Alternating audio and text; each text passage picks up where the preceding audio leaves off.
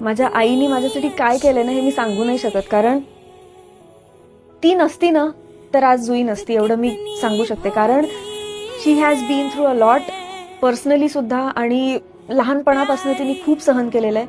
पण तरी सुद्धा मला वाढवताना तिने कुठल्याही त्या गोष्टीची जाणीव कधी मला करून दिली नाही. कारण कसं होतं की पेरेंट्स बरेचदा बोलत राहतात की आमच्या बाबतीत हे झालंय, असं असतं तसं असतं. त्याच्याने मुलांच्या पण माइंडसेटवर कधी कधी परिणाम होत राहतो, कळत न कळत. पण माझ्या आईने कधीच मला जाणवू दिलं नाही की ती कशात नाही गेलेली आहे, ती काय लेवलला सहन करू शकते आणि ती काय लेवलची स्ट्रॉंग व्यक्ती आहे ना हे मला माहिती आहे.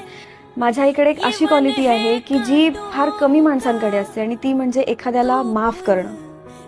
एखाद्याला माफ करून पुन्हा त्याच्याशी नीट वागणं, ही गोष्ट खूप इझी नाही आहे आणि सगळ्यांना नाही जमत ती, बट मम्मा ते करतीये रोज.